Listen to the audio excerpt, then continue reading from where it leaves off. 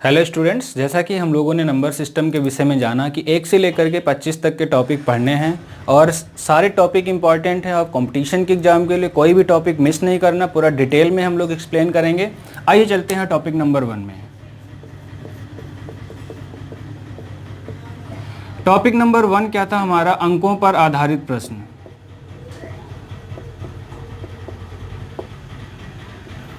अंकों पर आधारित प्रश्न, तो इसके लिए थोड़ा सा हम आपको बेसिक पहले चलते हैं। नंबर सिस्टम का मतलब जो नंबर को रिप्रेजेंट करने का तरीका होता है उसे हम क्या कहते हैं? Number system. तो किसी संख्या को या किसी नंबर को रिप्रेजेंट करने के लिए कितने तरीके होते हैं? किसी संख्या को रिप्रेजेंट करने के तरीके। अगर हम नंबर सिस्टम की बात करें तो नंबर सिस्टम का मतलब किसी संख्या को रिप्रेजेंट करने का जो तरीका होता है उसे हम नंबर सिस्टम कहते हैं। आइए हम जानते हैं किसी संख्या को रिप्रेजेंट करने के कितने तरीके हो सकते हैं। तो पहला हम लोग बात करेंगे डेसिमल सिस्टम। दूसरा क्या होता है? Binary system.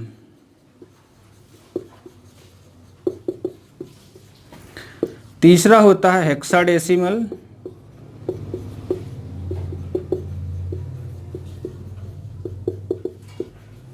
चौथा होता है ऑक्टाडेसिमल सिस्टम।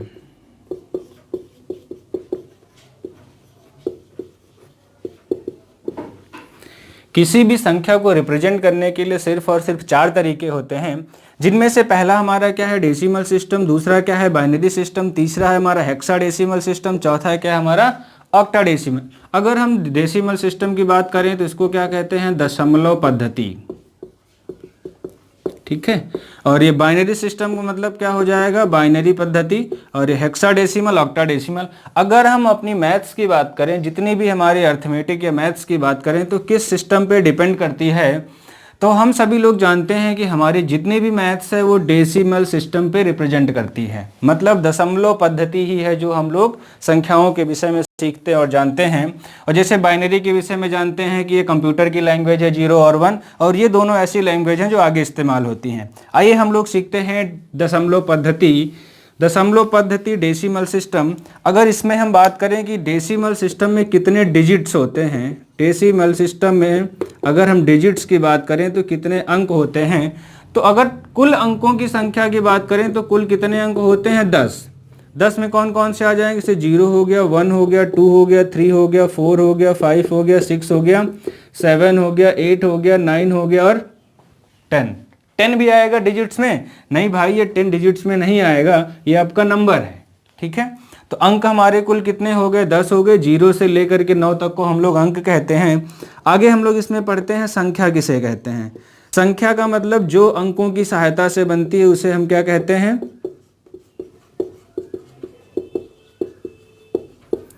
जो अंकों की सहायता से बनती है उसे हम संख्या कहते हैं। जैसे हमारे पास लिखा है 12। 12 एक संख्या है जिसमें से 1 और 2 अंक हैं। ठीक। आगे हम लोग पढ़ते हैं संख्यांक।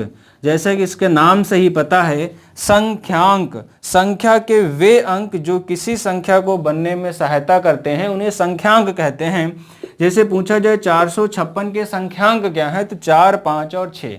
संख्यांक वे अंक जो किसी संख्या के बनने में सहायता करते हैं उन्हें संख्यांक कहते हैं। आइए हम लोग आगे चलते हैं।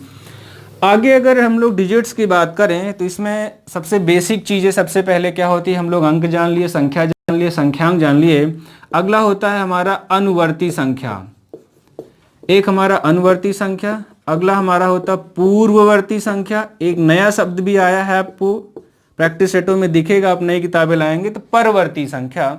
अनुवर्ती संख्या का क्या मतलब हो गया? किसी संख्या के ठीक बाद वाली संख्या। ठीक बाद वाली संख्या का मतलब क्या हो गया? +1। ठीक है। पूर्ववर्ती संख्या का क्या मतलब? किसी संख्या के ठीक पहले वाली संख्या, इसका मतलब क्या हो गया? -1।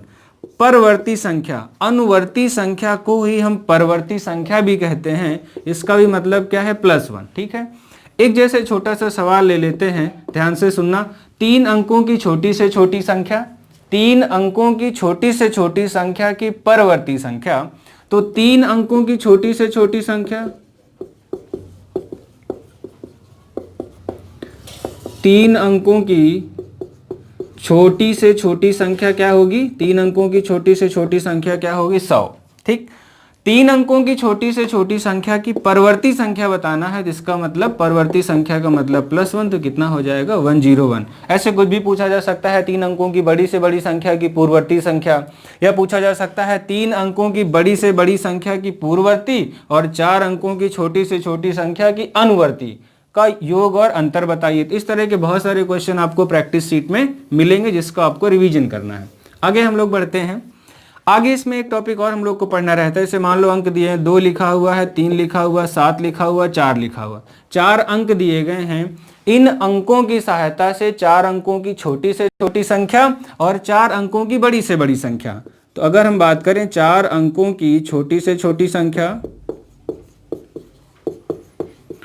4 अंकों की छोटी से छोटी संख्या, तो इसके लिए क्या करना होता है हम लोगों को? इसके लिए हम लोग लिखते हैं आरोही क्रम।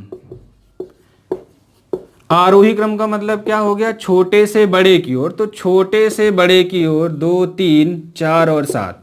इसका मतलब 2, 3, 7 और 4 अंक हैं, इनको मिलाकर 4 अंकों की छोटी से छोटी संख्या लिखने के लिए हमेशा आरोही क्रम लिखेंगे, और इसका सही जवाब 2347। आगे अच्छा इसी में पूछ लिया जाए 4 अंकों की बड़ी से बड़ी संख्या।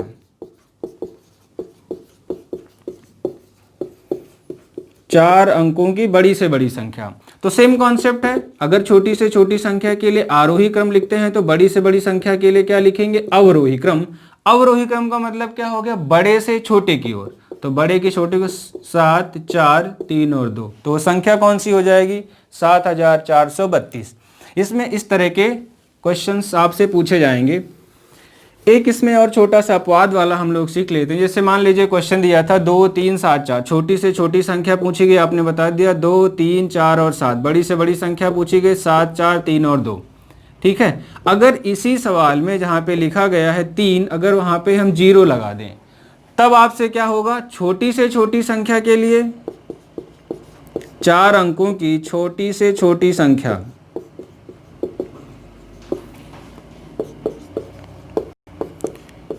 4 अंकों की छोटी से छोटी संख्या, और छोटी से छोटी संख्या के लिए आपको सिखाया गया है कि कौन सा क्रम लिखना है? आरोही क्रम। आरोही क्रम का मतलब क्या हो गया? छोटे से बड़े की ओर। तो छोटे से बड़े की ओर सबसे छोटा 0, फिर उसके बाद 2, फिर उसके बाद 4, फिर उसके बाद 7। क्या ये सही जवाब है? सही जवाब नहीं है, बिल्कुल गलत है ये। अगर किसी संख्या के आगे हम 0 लगा देते हैं तो अब ये संख्या 3 अंकों की रह गई है। हमें क्या पढ़ना है? 4 अंकों की छोटी से छोटी संख्या बताना है। तो 0 वाला केस जहां पर भी आएगा उसको हम अपवाद में लेके चलेंगे। सबसे पहले 0 से बड़ी संख्या लिखेंगे, दूसरे नंबर पर 0 लिखेंगे, तो ये सही जवाब हो जाएगा इसका। मतलब 4 अंकों की छोटी से छोटी संख्या लिखने के लिए आरोही क्रम लिखते हैं। अगर हम दी गए अंकों का आरोही क्रम लिखेंगे तो 0 सबसे आगे आ जाएगा। अगर किसी संख्या के आगे 0 लगा देंगे तो ये संख्या सिर्फ 247 बचेगी। 4 अंकों की बताना है तो 0 आपका अपवाद वाले केस में जाएगा। सबसे पहले 0 से बड़ी संख्या लिखेंगे, उसके बाद 0 लिखेंगे, फिर आगे जो करते थे वही। अगर अब पूछा जाए 4 अंकों की बड़ी से बड़ी संख्या, 4 अंकों की बड़ी से बड़ी संख्या, तो सेम चीज वही करना है। बड़ी से बड़ी संख्या के लिए आपको क्या बताया गया है? अवरोही क्रम। अवरोही क्रम का मतलब क्या हो गया? बड़े से छोटे की ओर। तो बड़ा सबसे कौन सा है इसमें? 7, 4, 2 और 0, मतलब 7420। ठीक है, एक सवाल और छोटा सा हम लोग ले लेते हैं। जैसे मान लीजिए कि किसी संख्या में 5, जैसे मान लीजिए यहाँ 7 लिखा हुआ, 5 लिखा हुआ, 0 लिखा, 3 लिखा है और एक 0 और ले लेते हैं। अब ये 5 अंकों की संख्या होगी। तो 5 अंकों की संख्या में छोटी से छोटी संख्या लिखने के लिए आपको बताया गया आरोही क्रम। तो आरोही क्रम में क्या होगा? 0, फिर 0 आ जाएगा, फिर 3 लिखेंगे, फिर 5 लिखेंगे, फिर 7। तो फिर ये संख्या सही है गलत? ये संख्या बिल्कुल गलत। ये संख्या सिर्फ 3 अंकों की है। आपको बताना कितने अंकों का है? 5 अंकों को। तो 0 वाला अपवाद में बताया गया है। इसका मतलब सबसे पहले क्या लिखेंगे? 0 से बड़ी संख्या लिखेंगे। 0 से बड़ी संख्या कौन सी हो गई? 3। 0 से, ठीक, उसके बाद हम लोग क्या लिखेंगे? 0, 0, फिर क्या आ जाएगा? 5 और 7। इसका मतलब इन अंकों की सहायता से 5 अंकों की छोटी से छोटी संख्या ये बनेगी। अगर आपको बड़ी से बड़ी संख्या लिखना है तो कोई दिक्कत नहीं, अवरोही क्रम में लिखना है बड़े से छोटे की ओर। तो 7, 5, 3, 0, 0, ये आपका बड़ी से बड़ी संख्या हो गई। आइए हम लोग टॉपिक नंबर 1 में इतना ही पढ़ना था, बाकी 1-2 क्वेश्चंस और आपको मिल जाएंगे नए। अगला है हमारा टॉपिक नंबर 2।